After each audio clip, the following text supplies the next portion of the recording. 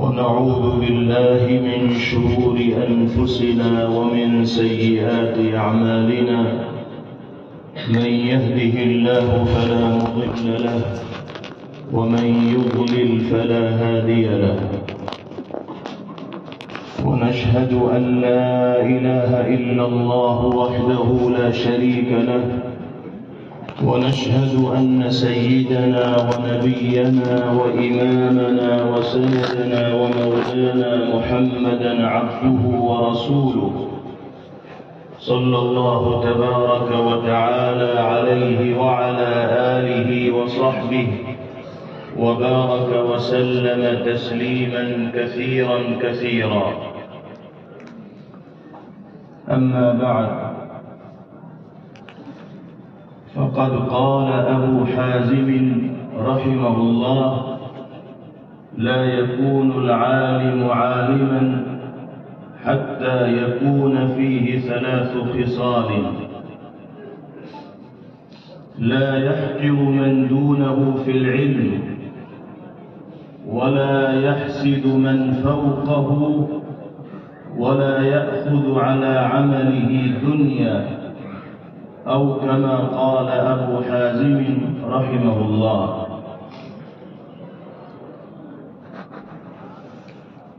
مخدوم و محترم صدر اجلاس حضرت اقدس مولانا قاری محمد امین صاحب دامت برکاتہم العالیہ، محتمم دارالعلوم پوکھرن و صدر جمعیت علماء صوبہ راجستھان، اسٹیج پر تشریف فرما قابل صد احترام حضرات علماء کرام، عزیز طلبہ، محترم بزرگوں، بھائیوں اور نوجوان ساتھیوں، بہت مبارک و مسعود، روح پرور اور ایمان افروز ہے یہ اجلاس، جس میں اللہ رب العزت والجلال نے ہم سب کو شریک اور حصے دار ہونے کی سعادت بخشی ہے، توفیق مرحمت فرمائی۔ اللہ رب العزت والجلال دین کی نسبت پر قرآن و سنت اور اہل علم کی محبت کے جذبے کے ساتھ ہم سب کے اس دارالعلوم کے احاطے میں جمع ہونے کو شرف قبول سے نوازیں، اور جو قرآنی اور نبوی پیغامات اس موقع پر ہمارے سامنے آئیں، باری تعالی ہم سب کو ان پر عمل کی دولت سے بہرور فرمائے۔ یہ موقع جہاں اللہ رب العزت والجلال کی بارگاہ میں سجدہ شکر بجا لانے کا ہے کہ اس نے اس عظیم الشان دینی، تعلیمی، اصلاحی اجلاس میں شرکت کی سعادت میسر فرمائی، وہیں ہم سب کی یہ ذمہ داری اور فریضہ بھی ہے کہ ہم اپنے علاقے اور صوبے کے اس مرکزی مدرسے کے بھی ممنون و مشکور ہوں، جس کے وجود و قیام کی برکت سے یہ نورانی اور ایمانی محفل و مجلس ہمیں میسر ہو رہی ہے۔ اگر اللہ رب العزت والجلال نے آپ کی اس بستی اور شہر میں اس بافیض تاریخی ادارے کو وجود نہ بخشا ہوتا تو ذرا تصور کیجئے کیا دین کی نسبت پر اس طرح ہم سب کا یہاں جمع ہونا ممکن ہو پاتا؟ اللہ نے اس اجتماع کے لیے ذریعہ بنایا ہے اس مدرسے کو، اس لیے ہم سب کو ممنون ہونا چاہیے مدرسے کا، مشکور ہونا چاہیے ارباب مدرسے کا، منتظمین کا، ذمہ داران کا، اساتذہ کا، طلبہ کا، جو مدرسے کی جان ہوا کرتے ہیں اور اس چمن کے پھول ہوا کرتے ہیں، جن کے بغیر اس گلشن علمی میں رونق کا مشاہدہ نہیں ہوتا، طلبہ عزیز ہی گلشن علمی کی رونق ہوتے ہیں۔ اللہ تعالی تمام منتظمین و مدرسین، اساتذہ و طلبہ، معاونین و محبین سب کو اپنی بارگاہ میں قبول فرمائے، اور ہماری اور آپ کی شراکت و حصہ داری کو بھی اللہ رب العزت والجلال کا مقصد بنائے۔ یہ سچائی ہے کہ یہ مدارس اسلامیہ اور مکاتب دینیہ جو ہمارے دیار میں موجود ہیں، اللہ رب العزت والجلال کے عظیم الشان انعامات میں نہایت قابل قدر نعمت ہے۔ انعامات کی قدر کرنا اللہ کے بندوں کی ذمہ داری اور فریضہ ہے۔ اللہ تعالی نے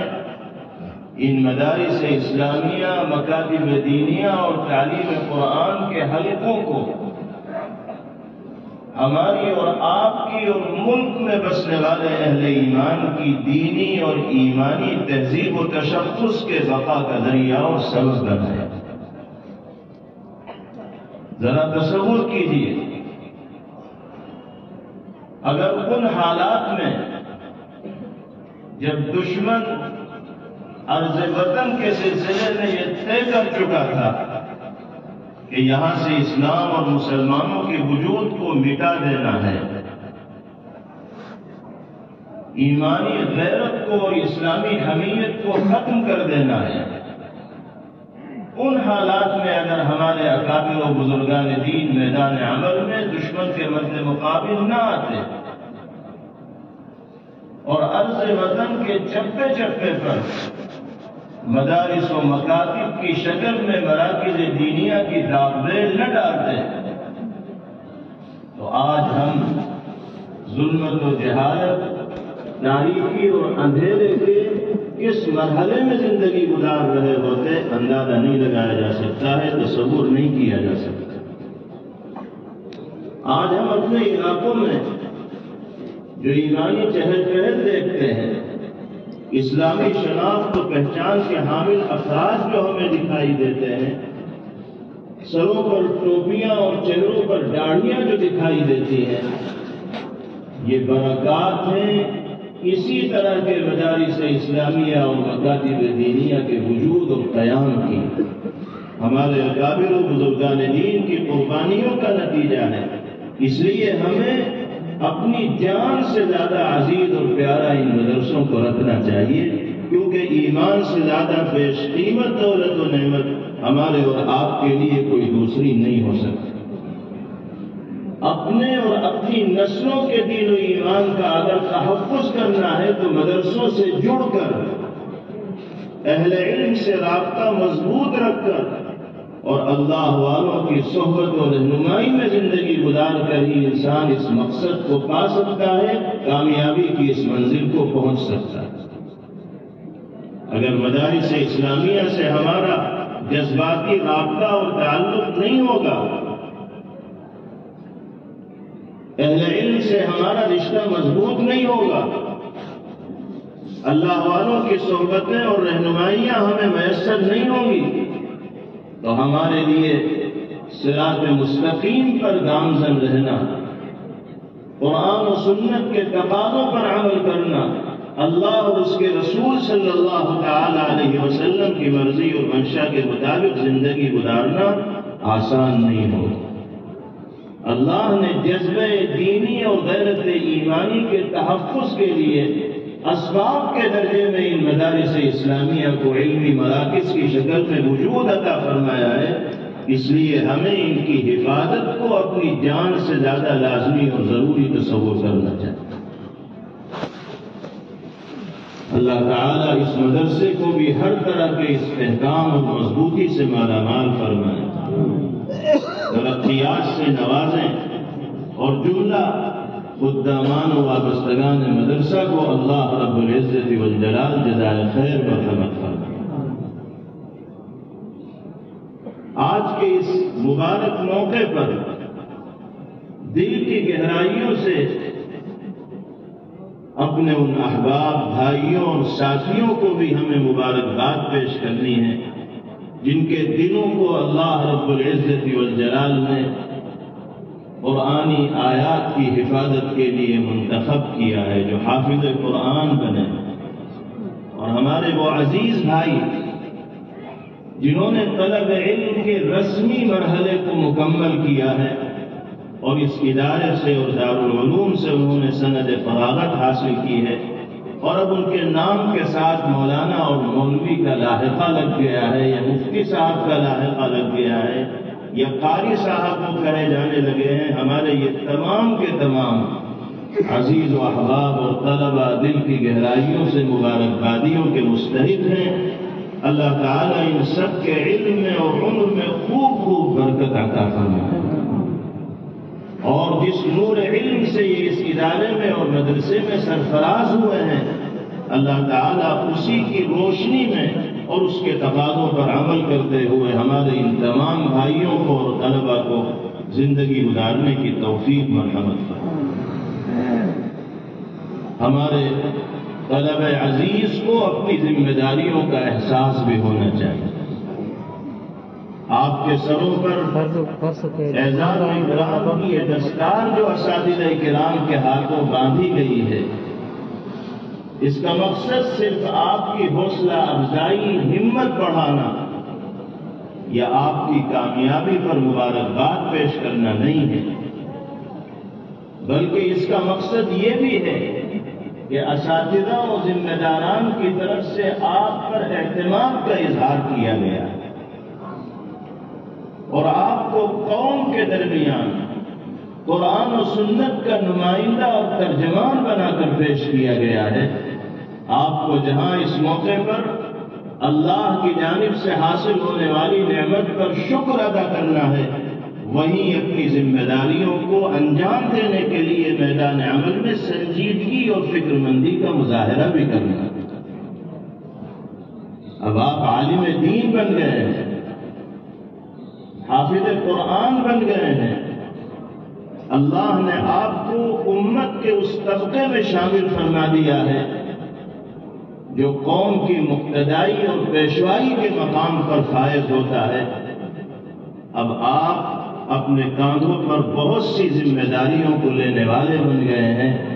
آپ کی حرکات و سکنات پر قوم کی نگاہ ہوگی، آپ کو اپنی زندگی شریعت و سنت کے مطابق گزارنی ہوگی، قرآنی اور نبوی تعلیمات کا ترجمان بننا ہوگا، اس لیے کہ قوم کے افراد خود شریعت و سنت کے تقاضوں پر عمل کریں یا نہ کریں، لیکن کسی فرد کو یہ گوارا نہیں ہے کہ مدرسے کا کوئی فاضل، قاری، عالم یا مفتی کہے جانے والا کوئی شخص شریعت و سنت کے خلاف ورزی کرنے والا۔ ہمیں بہت محتاط ہو کر زندگی گزارنی ہوگی، اور جس نور علم سے اللہ رب العزت والجلال نے ہمیں نوازا ہے، اس کی روشنی سے عالم کو منور کرنے کی فکر اپنے دل کے اندر رکھنی ہوگی۔ حضرت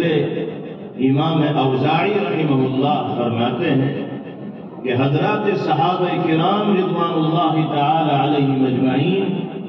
چند باتوں کا بہت اہتمام فرمایا کرتے ہیں۔ ہم سب کو ان باتوں کو ذہن نشین کرنا چاہیے، اور خاص طور پر اہل علم کو، طلبہ عزیز کو اور مدارس اسلامیہ سے سند فراغت حاصل کرنے والے خوش نصیب بھائیوں کو ان پوائنٹس اور نکات کی باتیں ذہن نشین کرنی چاہیے، اور وقفے وقفے سے دہراتے رہنا چاہیے، اور اپنے دل میں جھانک کر جائزہ لیتے رہنا چاہیے کہ ان ہدایات کے مطابق ہماری زندگی گزر رہی ہے نہیں گزر رہی۔ حضرت امام اوزاعی رحمہ اللہ فرماتے ہیں کہ چند باتوں کا مذاکرہ صحابہ کرام رضوان اللہ علیہم اجمعین میں بکثرت ہوتا تھا، اور ایک دوسرے کو وہ حضرات اس کی تاکید فرمایا کرتے۔ ان میں سے پہلی چیز لزوم الجماعہ، اجتماعیت کے ساتھ زندگی گزارنی ہے۔ اپنے اکابر، اساتذہ، بزرگان دین اور اہل علم کو مرکزیت کا مقام اپنے ذہن و دماغ کے اندر دینا ہے، ان کی رہنمائی میں زندگی گزارنے کا مزاج بنانا ہے اور عادی بننا ہے۔ یہ صحیح ہے کہ اللہ نے ہمیں 8 سال 10 سال 12 سال مدرسے کے ماحول میں رہ کر قرآنی اور نبوی علوم حاصل کرنے کا موقع میسر فرمایا، اور مختلف حیثیتوں سے ہمارے اندر مہارت اور کمال پیدا ہو گیا، لیکن اس کا مطلب یہ نہیں ہے کہ ہم 1.5 اینٹ کی مسجد اپنی الگ بنانے لگے اور اپنی رائے کو دوسروں کے اوپر زبردستی ترجیح دینے لگے اور اپنے ہی کو سب سے بڑا عقل مند اور دانشور تصور کرنے لگے۔ یاد رکھیے، البرکۃ مع اکابرکم، اساتذہ اور بزرگوں کے شانہ بشانہ ان کی رہنمائی میں، ان کے مشوروں کے مطابق اگر ہماری زندگی گزرے گی تو اللہ علم میں بھی برکت عطا فرمائیں گے، عمل میں بھی برکت عطا فرمائیں گے۔ اس لیے ہمارے تمام عزیز طلبہ کو خاص طور پر یہ نکتہ یاد رکھنا چاہیے کہ کوئی عمل ہماری ذات سے ایسا صادر نہ ہونا چاہیے جو اجتماعیت کے تقاضے کے خلاف ہو۔ جمہور امت کا جو نقطہ نظر ہے، معتبر اہل علم کا جو موقف ہے، ہم جس مشرق و موقف سے وابستگی رکھنے والے ہیں، اس مشرق و مسلک کے ذمہ داران جس نظریے کے حامل ہیں، ہمیں اسی نظریے اور فکر کا پابند بن کر دنیا میں زندگی گزارنی ہے، اور اس بات کے سلسلے میں اعتماد کا جذبہ اپنے دل کے اندر رکھنا ہے کہ اہل علم نے اس سلسلے میں جو موقف اختیار کیا وہ قرآن و سنت کی روشنی میں درست ہے۔ جب اجتماعیت کی شان امت کے اندر برقرار رہے گی تو اللہ کی نصرت و مدد کے مستحق ہم اور آپ قرار دیے جائیں گے۔ نبی کریم علیہ السلام نے فرمایا، ید اللہ علی الجماعہ، اللہ کی خاص نصرت و مدد ان لوگوں کے شامل حال رہتی ہے جو اجتماعیت کے ساتھ زندگی گزارنے کے عادی ہوتے ہیں۔ ایک چیز تو یہ، دوسری چیز جس کا مذاکرہ صحابہ کرام رضوان اللہ علیہ مجمعین فرمایا کرتے تھے وہ ہے اتباع السنہ، نبی کریم علیہ السلام کے مبارک طریقے کی پیروی، سنت مطہرہ کا اتباع۔ آپ کے روز و شب کیسے گزرا کرتے تھے، آپ کا اخلاق کیسا تھا، آپ کا کردار کیا تھا، آپ کے معاملات کیا تھے،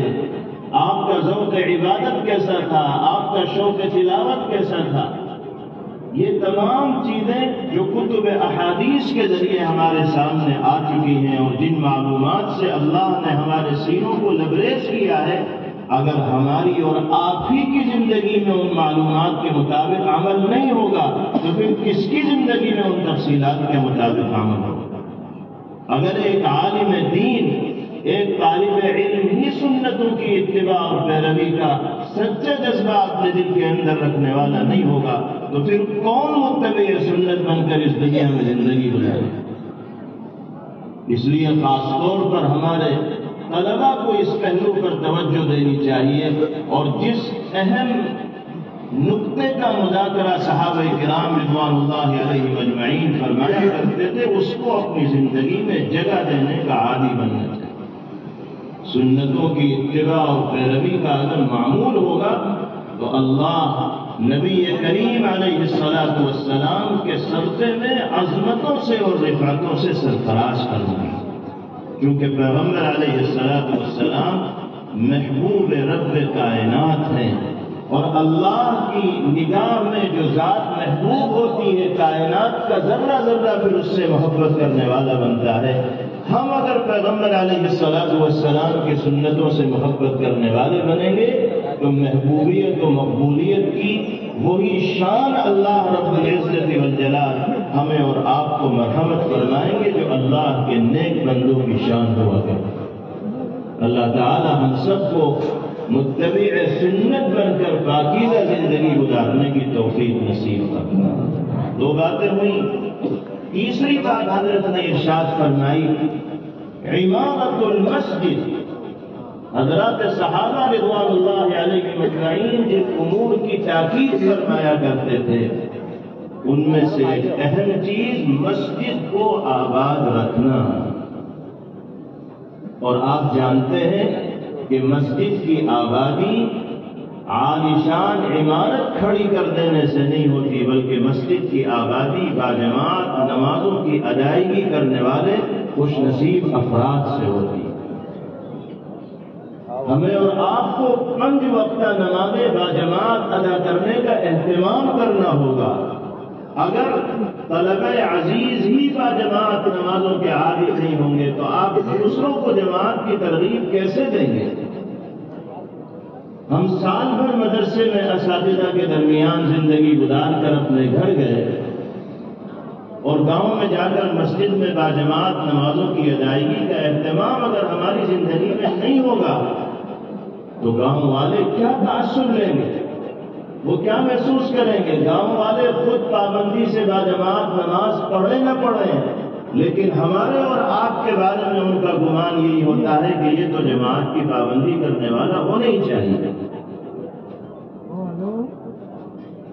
مسجد کی آبادی کا ذریعہ اگر اللہ رب العزت والجلال ہمیں اور آپ کو بنائیں گے اور باجماعت نمازوں کی ادائیگی کا اہتمام اللہ رب العزت والجلال نصیب فرمائیں گے تو دنیاوی عزت و شرف بھی ہمارا مقدر بنے گا اور اخروی نجات و سعادت اور کامیابی بھی ہمارا نصیبہ بنے گا۔ یہ وہ ہدایات ہیں، وہ امور ہیں، وہ نکات ہیں جن کا تذکرہ حضرات صحابہ کرام رضوان اللہ تعالی علیہ اجمعین آپس میں فرمایا کرتے تھے۔ اللہ تعالیٰ ان اہم ہدایات پر ہم سب کو عمل پیرا ہو کر زندگی گزارنے کی توفیق نصیب فرمائے۔ اسی طرح حضرت ابو حازم رحمہ اللہ نے علماء کے سلسلے میں 3 باتوں کو خاص طور پر ذکر فرمایا اور ارشاد فرمایا لا يكون العالم عالما حتى يكون فيه 3 خصال۔ ہمارے طلباء کو توجہ سے یہ بات سننی چاہیے۔ فرمایا کہ عالم اس وقت تک عالم کہے جانے کے لائق نہیں جب تک کہ 3 خصلتیں اس کی زندگی کے اندر نمایاں نہ ہو جائیں، 3 خوبیاں جب تک کہ اس کے اندر پیدا نہ ہو جائیں، 3 طرح کے کمالات جب تک اس کے اندر نہ آ جائیں۔ پہلے نمبر پر حضرت نے ارشاد فرمایا لا يحقر من دونه في العلم۔ اگر عالم کے لاحقے کو اپنے نام کے ساتھ واقعتاً چسپاں کرنا چاہتے ہو، حقیقی عالم بن کر دنیا میں زندگی گزارنا چاہتے ہو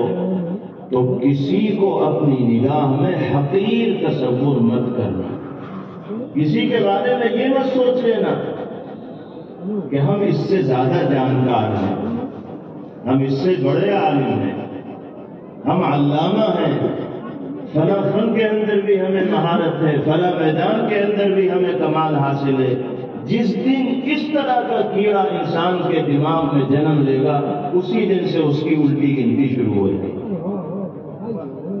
لا يحقر من دونه في العلم، علمی اعتبار سے چاہے تمہارے سے کوئی کتنا ہی نیچے کیوں نہ ہو،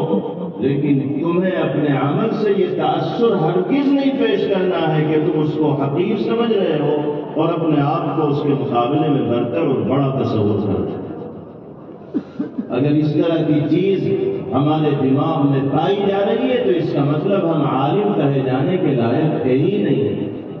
عالم تو وہ ہوتا ہے جو متواضعانہ شان کے ساتھ زندگی گزارتا ہے، عاجزی اور مسکنت کو اپنا مزاج بناتا ہے، اور یہی ادا ہے پیغمبر علیہ الصلوۃ والسلام کی۔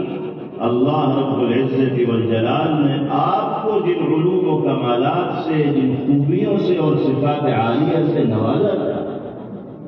انسانوں میں تو کسی اور کو وہ کمالات میسر ہوئے ہی نہیں۔ علمی اور عملی اعتبار سے جو تفوق و برتری میرے آقا صلی اللہ علیہ وسلم کو حاصل رہی وہ نہ آپ سے پہلے کسی کے حصے میں آئی اور نہ آپ کے بعد آ سکتی، لیکن اس کے باوجود عاجزی، تواضع، مسکنت اور کسر نفسی کا یہ عالم، یہ راہ چلتے اگر کوئی بڑھیا مسئلہ دریافت کرنے کے لیے آ جاتی تھی تو آپ کھڑے ہو کر اس کو جواب دیا کرتے تھے، جب تک مطمئن نہیں ہو جاتی تھی آگے قدم نہیں بڑھا۔ حضرات صحابہ رضوان اللہ علیہم اجمعین فرماتے ہیں کہ ایک مرتبہ پیغمبر علیہ السلام مسجد نبوی میں منبر پر خطبہ دینے کے بعد محراب کی طرف تشریف لا گئے۔ جن حضرات کو مسجد نبوی میں حاضر ہو کر منبر رسول صلی اللہ علیہ وسلم اور محراب نبی صلی اللہ علیہ وسلم دیکھنے کا شرف حاصل ہوا ہوگا، وہ جانتے ہوں گے کہ محراب و منبر کے درمیان تھوڑا سا فاصلہ ہے۔ آپ منبر سے اتر کر محراب کی طرف تشریف لے جا رہے تھے کہ درمیان ہی میں دیہات کے رہنے والے صحابی نے آپ کا ہاتھ پکڑا اور گفتگو فرمانے لگے۔ پیغمبر علیہ السلام وہیں کھڑے کھڑے ان کے سوالات کا جواب دیتے رہے۔ حضرات صحابہ رضوان اللہ علیہ اجمعین فرماتے ہیں کہ ہمیں یہ چیز پریشان کرنے لگی کہ راستے میں آپ کو روک کر کیوں کھڑے ہو گئے؟ ابھی آپ نماز پڑھانے کے لیے جا رہے ہیں، نماز سے فارغ ہو جائیں گے، پھر بیٹھیں گے تو اطمینان سے گفتگو کر لی جائے گی۔ صحابہ کو تو تکبر ہو رہا ہے، لیکن پیغمبر علیہ السلام پوری بشاشت کے ساتھ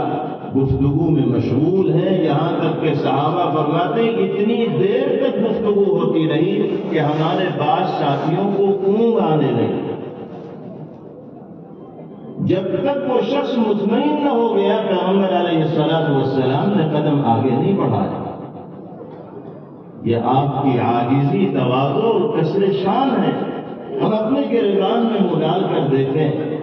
ہم جیسا کوئی گنہگار اور ریاکار اگر اس موقع پر ہوتا اور راستے میں اس کو روک لیا جاتا تو وہ کس طرح ہاتھ جھٹک کر آگے جاتا، خود انسان فیصلہ کرے اور اپنے بارے میں سوچے۔ لیکن وہاں جناب رسول اللہ صلی اللہ علیہ وسلم کا یہ کردار ہے کہ دنیا میں اس کی مثال پیش کرنا مشکل۔ پہلی نشانی حضرت نے علماء کی یہی بیان فرمائی کہ وہ تواضعانہ شان کے ساتھ زندگی گزارنے والے ہوتے ہیں اور کسی پر اپنے علم کا یا عمل کا اثر ڈالنے کی کوشش نہیں کرتے، اپنے آپ کو بڑا ظاہر کرنے کی کوشش نہیں کرتے۔ اللہ تعالی ہم سب کو متواضع بن کر زندگی گزارنے کی توفیق نصیب فرمائے۔ پیغمبر علیہ السلام نے فرمایا من تواضع للہ رفعہ اللہ، جو اللہ کی رضا حاصل کرنے کے جذبے سے متواضع بن کر زندگی گزارے گا، اللہ رب العزت والجلال اس کو رفعت و عظمت و سربلندی عطا فرمائیں گے۔ آپ اور ہم دیکھتے ہیں کہ جو شخص جھک کر چلتا ہے اور لوگوں کے ساتھ حسن خلق سے پیش آتا ہے، اللہ اس کو لوگوں کے دلوں پر حکومت کرنے کا موقع عطا فرماتا ہے، محبوب بن جاتا ہے، معزز اور مشرف بن کر سماج کے درمیان زندگی گزارتا ہے۔ اپنی بڑائی جھاڑنے سے نہ کبھی کوئی بڑا ہوا ہے اور نہ بڑا ہو سکتا ہے، بلکہ اس کی عزت لوگوں کی نگاہ میں ختم ہو جاتی ہے جو اپنی بڑائی لوگوں کے سامنے ظاہر کرتا ہے۔ دوسری بات حضرت نے ارشاد فرمائی وَلَا يَحْسِدُ مَنْ فَوْقَهُ، کوئی عالم اس وقت تک عالم کہے جانے کے لائق نہیں جب تک کہ وہ اپنے سے علمی اور عملی اعتبار سے بڑے ہوئے لوگوں کے ساتھ ہمدردی اور خیرخواہی کا جذبہ رکھنے والا نہ ہو۔ ان کے ساتھ حسد و بغض اور کینے کا جذبہ اگر کوئی رکھے گا تو وہ سب کچھ ہو سکتا ہے لیکن عالم نہیں کہا جا سکتا۔ ہم جیسے گنہگاروں میں یہ مرض بھی پایا جاتا ہے، جس میدان میں ہم کام کر رہے ہوتے ہیں اگر اس میں کوئی ہمارے ہم پلہ آ جاتا ہے یا ہم سے 20 آ جاتا ہے، برتر آ جاتا ہے، تو ہم اس کی ٹانگ کھینچنے کے چکر میں لگ جاتے ہیں، اس کو نیچے گرانے کے چکر میں لگ جاتے ہیں، اس کے خلاف ماحول بنانے میں لگ جاتے ہیں کہ یہ تو میرے میدان کو تنگ کر رہا ہے، یہ میری دکان کو بند کرنے کی کوشش کر رہا ہے۔ اہل علم کی یہ شان میرے بھائیوں، بزرگوں اور عزیز طلبہ نہیں ہو سکتی۔ لا يحسد من فوقه، علمی اور عملی اعتبار سے کوئی تمہارے سے چاہے کتنا ہی بڑا کیوں نہ ہو، تمہارے ہمسر اور ہم پلہ ہی کیوں نہ ہو، حسد و بغض کا جذبہ کبھی کسی کے سلسلے میں اپنے دل کے اندر مت لانا۔ ہاں، اللہ سے یہ دعا ضرور کر سکتے ہو کہ اللہ جو شان علمی اور عملی اعتبار سے آپ نے اپنے فلاں بندے کو عطا فرمائی ہے، آپ کے خزانے میں کوئی کمی نہیں، مجھے بھی وہ شان علم سے نواز دیجیے۔ اور انسان خلوص نیت سے جب اللہ کی بارگاہ میں سوالی بنے گا تو اس کی جھولی خالی نہیں جائے گی، اللہ اس کی جھولی کو بھر دے گا۔ اللہ باہمی رسہ کشی، حسد و بغض اور کینے کے جذبات سے ہم سب کے دلوں کی حفاظت فرمائے، اور ایک دوسرے کی عزت نفس، ہمدردی اور عظمت کے جذبات کے ساتھ زندگی گزارنے کی توفیق نصیب فرمائے۔ نبی کریم علیہ الصلوۃ والسلام نے امت کے ہر فرد کو انسانوں کے جذبات کی قدر کرنے کا طریقہ سکھلایا، اور ہمیں اور آپ کو اور دنیا میں بسنے والے تمام لوگوں کو یہ تعلیم دی ہے کہ کبھی تم کسی کے جذبات سے کھیلنے والے مت بنو۔ ایک روایت میں عجیب بات پیغمبر علیہ الصلوۃ والسلام نے ارشاد فرمایا لا يحل لمسلم ان يروع اخاه وان كان مازحا، فرمایا کسی مسلمان کو اس بات کی اجازت نہیں کہ وہ اپنے بھائی کو ڈرائے دھمکائے، چاہے مذاقی میں کیوں نہ ہو۔ کسی کو زبان کے ذریعے ڈرانا، یا کسی کو ہتھیار کے ذریعے ڈرانا، یا کسی کو جھوٹی دھمکیاں دینا، پیغمبر علیہ الصلوۃ والسلام فرماتے کسی مسلمان کو یہ چیز زیب دینے والی نہیں، کسی مسلمان کو اس کی اجازت نہیں کہ مذاق میں بھی وہ کسی کو ڈرائے اور دھمکائے، اس لیے کہ جس کو ڈرایا جائے گا، دھمکایا جائے گا، اس کی عزت کو نشانہ بنایا جائے گا، اور پیغمبر علیہ الصلوۃ والسلام و شریعت اسلامیہ میں اس کی اجازت نہیں۔ تو اللہ تعالی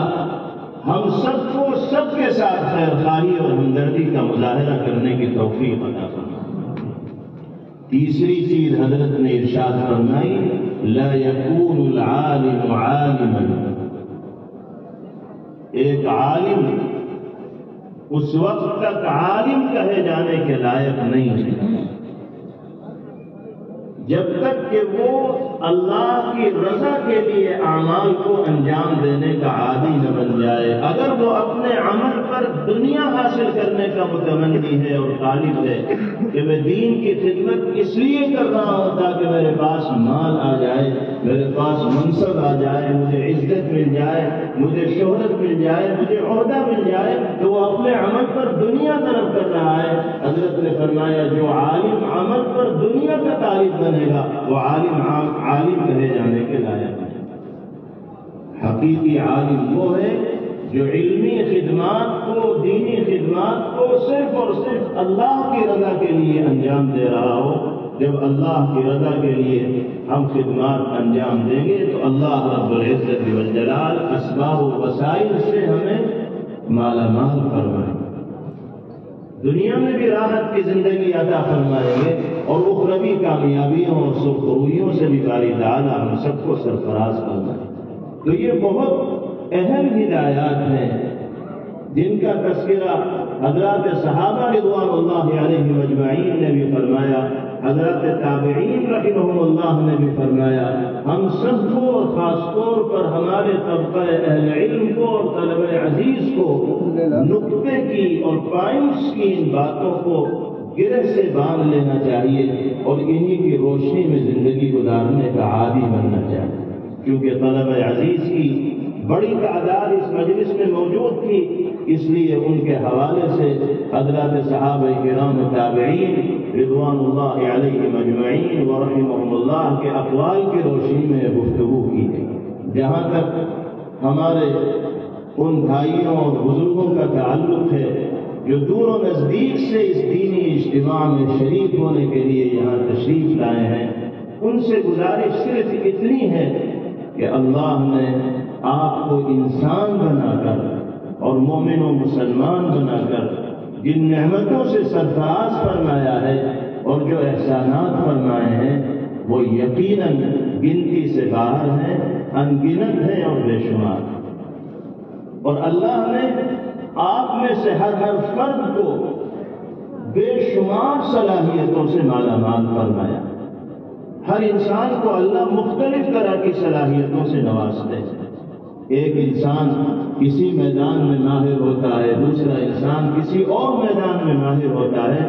اللہ تعالیٰ کی خزانے میں اور باری تعالیٰ کی قدرت سے انسانوں کا جو وجود ہوتا ہے تو مختلف صلاحیتوں کا حامل بنا کر اللہ انسانوں کو اس دنیا کے اندر بھیجتے. ہماری ذمہ داری یہ ہے کہ ہم ان صلاحیتوں اور توانائیوں کا صحیح استعمال کرنے والے بنے اور اپنے وجود کو اللہ کی اس دھرتی پر نافع، مفید اور سود مند بنائیں. ہم سب کے لیے عمومی پیغام قرآن و سنت کی روشنی میں یہی ہے کہ اللہ نے 50 سالہ زندگی ہمیں دی ہو، 60 سالہ زندگی ہمیں دی ہو، 70 سالہ زندگی ہمیں دی ہو، ہم ایسی زندگی گزار کر دنیا سے جائیں کہ ہماری مہک دنیا سے جانے کے بعد بھی باقی رہے اور لوگوں کی زبانوں پر ہمارے ناموں کا خیر کے ساتھ تذکرہ رہے. یہ اسی وقت ممکن ہوگا جب ہم اپنی دینی اور ایمانی ذمہ داریوں کو ادا کرتے ہوئے نفع بخش بن کر دنیا میں زندگی گزاریں. ہماری کمزوری یہ ہے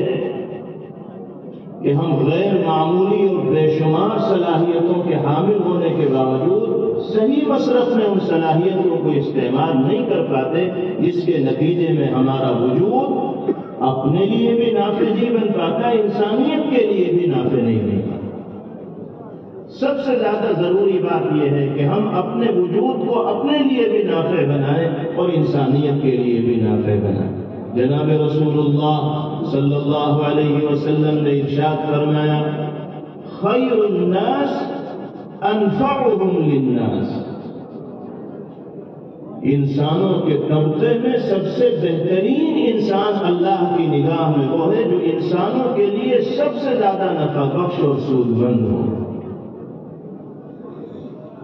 اگر اللہ نے ہمیں باپ کی حیثیت عطا فرمائی ہے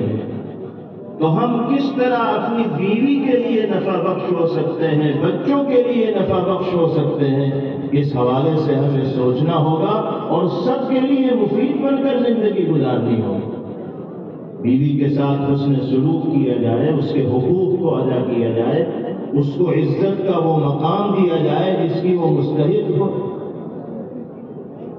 اور بچوں کے ساتھ حسن سلوک ہو، شفقت کا معاملہ ہو، ان کی دینی تعلیم و تربیت کی فکر کی جائے. اگر ہم نے بچوں کے لیے قرآن پاک کی تلاوت سکھانے کا معقول نظم نہ کیا، دین کے بنیادی عقائد و مسائل سے واقف و باخبر کرانے کی فکر اور کوشش نہ کی تو ہمارا وجود اولاد کے لیے نافع نہیں بن پائے. اور پیغمبر علیہ الصلوۃ والسلام فرماتے ہیں، ما نحل والد ولده افضل من ادب حسن. ایک ماں یا ایک باپ اپنی اولاد کے لیے جو سب سے بہترین ہدیہ اور تحفہ دے سکتے ہیں وہ بہترین اسلامی آداب سے واقف کرانا ہے. اس لیے ہمیں بچوں کے سلسلے میں اپنے آپ کو نافع بنانا ہوگا، اور اللہ نے اولاد کی شکل میں جو نعمت امانت کے طور پر عطا فرمائی ہے، اس امانت کی تربیت اور تعلیم کا نظم اسی انداز میں کرنا ہوگا جس انداز میں کرنے کے ہم پابند ہیں مسلمان ہونے کی حیثیت سے. خاص طور پر موجودہ حالات میں جو فتنوں سے بھرے ہوئے حالات ہیں، ایمان پر ڈاکہ ڈالنے والی طاقتیں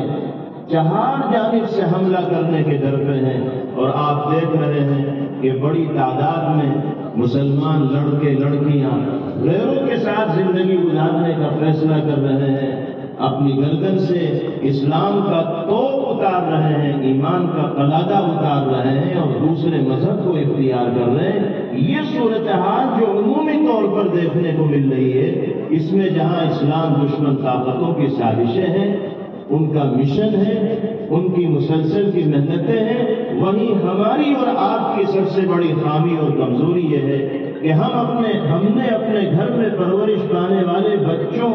نوجوانوں کو وہ ماحول نہیں دیا جس ماحول میں پروان چڑھنے کے نتیجے میں دین و ایمان کی عظمت و اہمیت ان کے دل کے اندر پیدا ہوتی اور وہ ایمان کے تحفظ کے خاطر ہر طرح کی قربانی پیش کرنے کے لیے تیار ہیں۔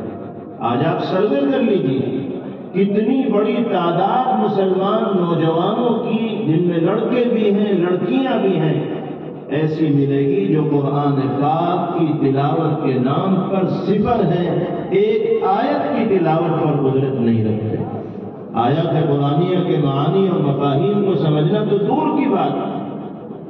کلمہ ان کو یاد نہیں۔ پیغمبر علیہ السلام کے حوالے سے عظمت و احترام کے کیا جذبات دل کے اندر ہونے چاہیے، قرآن مقدس کے حوالے سے کیا جذبات ہونے چاہیے، اس سے ان کو کوئی سروکار نہیں، لینا دینا نہیں۔ جب اس طرح کے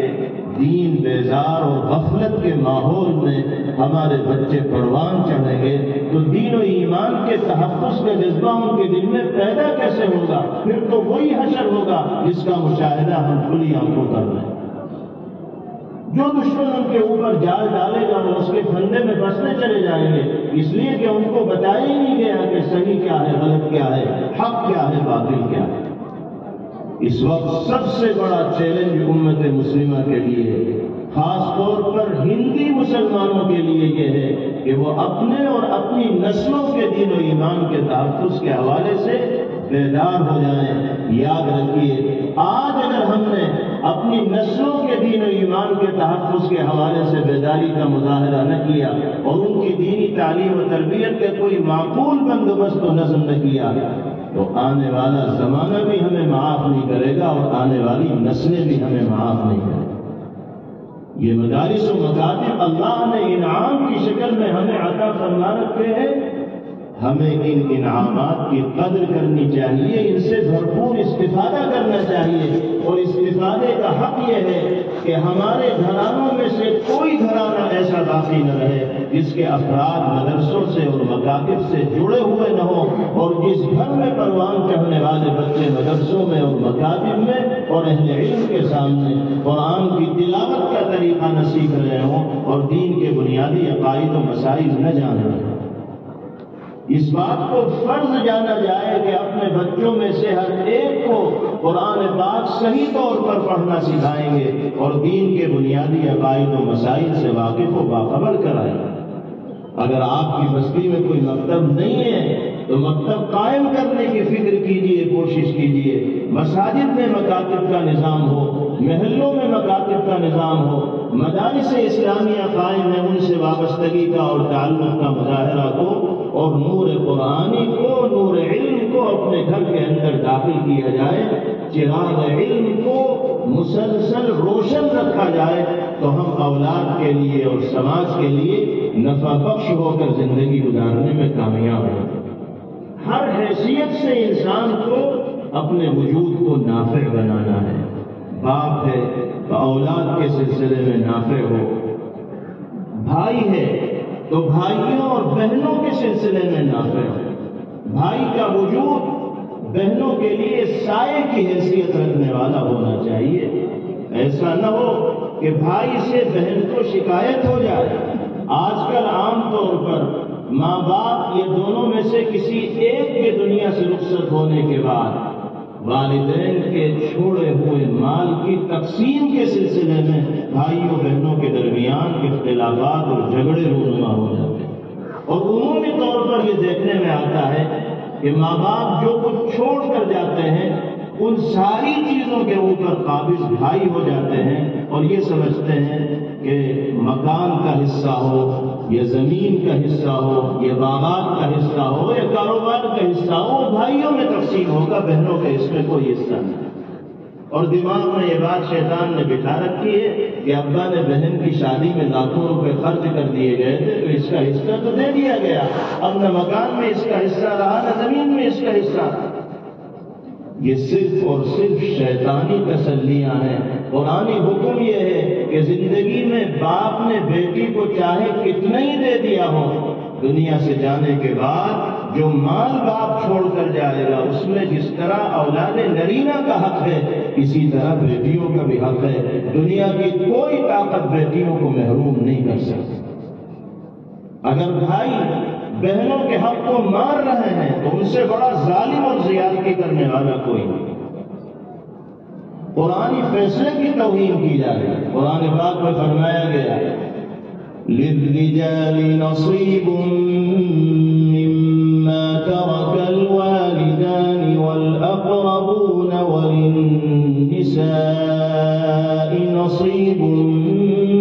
مما ترک الوالدان والاقربون وللنساء نصیب مما ترك الوالدان والأقربون مما قل منه أو كثر نصيبا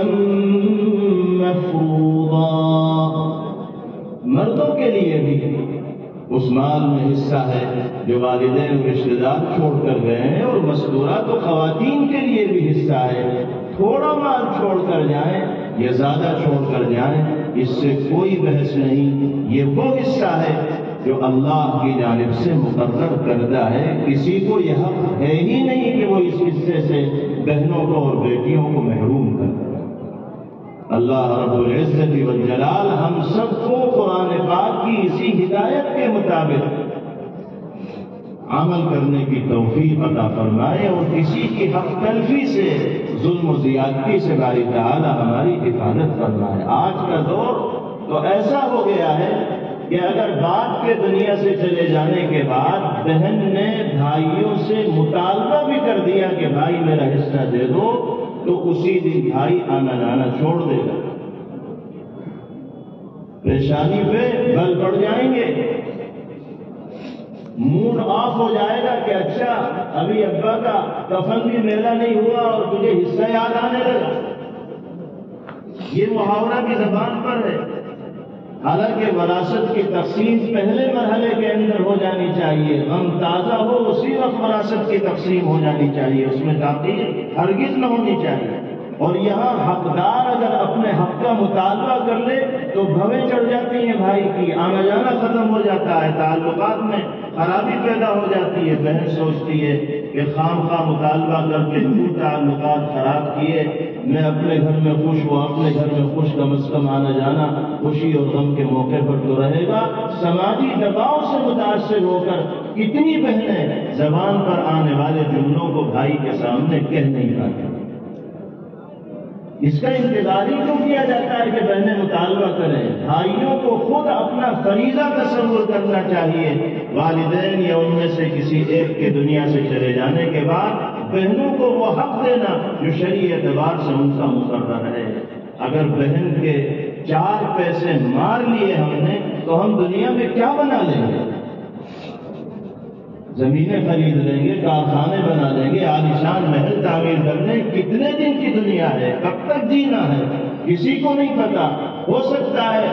اگلے ہی لمحے تمہاری زندگی کی بھی شام ہو جائے تو اللہ کے یہاں جواب دینے کے لیے الفاظ نہیں ہیں۔ اور جو لوگ بہنوں کا حق مار کر عیش کی اور ٹھاٹ کی زندگی گزار رہے ہیں ان کو قرآن پاک کی یہ وعیدیں اپنے دل کے اندر محفوظ کر لینی چاہیے، اور اگر ایمانی رمق ان کے اندر ہو تو خوف اور رعب اور دہشت ان کو محسوس کرنی چاہیے۔ اللہ کتنے جلال میں ان وعیدوں کا تذکرہ کرنا ہے۔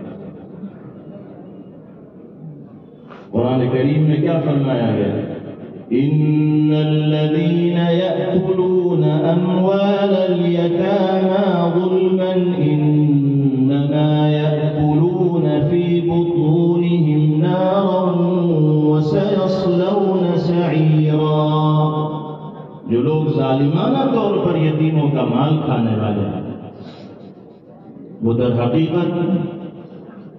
اپنے پیٹ میں جہنم کی آگ کے دہتے ہوئے انگاروں کو داخل کر رہے ہیں، اور ایک دن وہ آئے گا کہ اسی آگ کا ایندھن بن کر ان کو زندگی گزارنی پڑے گی۔ اللہم احفظنا من، اللہ ہم سب کی اس عذاب سے اور اس سزا سے حفاظت کرنا، اور اپنی ذمہ داریوں کی صحیح طور پر انجام دہی کی توفیق باری تعالی ہم سب کو مرحمت کرنا۔ تو ہم اگر بھائی ہیں، بھائیوں بہنوں رشتہ داروں کے لیے نافع اور مفید بن کر ہمیں زندگی گزارنی ہے۔ ہم اگر اولاد ہیں تو اپنے والدین کے لیے نافع بن کر ہمیں زندگی گزارنی ہوگی، والدین کی خدمت کو اپنے لیے سعادت تصور کرنا ہوگا، ان کی آنکھوں کی ٹھنڈک بننا ہوگا، اور ان کے اشاروں پر ناچنے کی فکر اور جذبہ اپنے دل کے اندر پیدا کرنی ہوگی۔ اللہ تعالیٰ والدین کی دعاؤں کو اولاد کے حق میں اسی طرح قبول فرماتے ہیں جس طرح انبیاء کی دعا امتی کے حق میں مقبول ہوتی ہے۔ پیغمبر علیہ السلام نے ایک حدیث پاک میں مضمون بیان فرمایا۔ بہرحال انسان مختلف حیثیتوں کا حامل ہوتا ہے، ہر حیثیت سے وہ اپنی ذمہ داری کو ادا کرے گا تو وہ دوسروں کے لیے نافع بنے گا، ورنہ اس کا وجود اللہ کی اس دھرتی پر وزن ہوگا، ایک بار ہوگا، ایک بوجھ ہوگا۔ نبی کریم علیہ السلام فرماتے ہیں خیر الاعمال الى اللہ سرور تدخلہ علی قلب مسلم۔ پہلے آپ نے ارشاد فرمایا کہ سب سے بہترین انسان اللہ کی نگاہ میں وہ ہے جو انسانیت کے لیے نافع بن کر جیے۔ اس کے بعد فرمایا کہ اللہ کی نگاہ میں سب سے پسندیدہ عمل کسی مسلمان کے دل کو خوش کرنا۔ اعمال تو بہت سے ہیں، فرائض و واجبات، سنن و مستحبات کی ایک فہرست ہے، لیکن پیغمبر علیہ السلام نے جس عمل کو اللہ کی نگاہ میں سب سے پسندیدہ قرار دیا وہ کیا ہے؟ کسی مسلمان کے دل کو خوش کرنا۔ اس عمل کو ذکر کر کے پیغمبر علیہ السلام نے ہمیں اور آپ کو یہ نصیحت فرمائی ہے کہ تم اگر سچے مومن و مسلمان ہو تو تمہاری ذات سے کسی کو تکلیف نہ پہنچنی چاہیے۔ فائدہ پہنچانے کی کوشش کرو، نفع پہنچانے کی کوشش کرو، اگر فائدہ نہیں پہنچا سکتے تو کسی کو تکلیف دینے کا خیال بھی دل کے اندر نہ آنا چاہیے۔ عزت کے ساتھ جینا چاہتے ہو تو دوسروں کو عزت دو،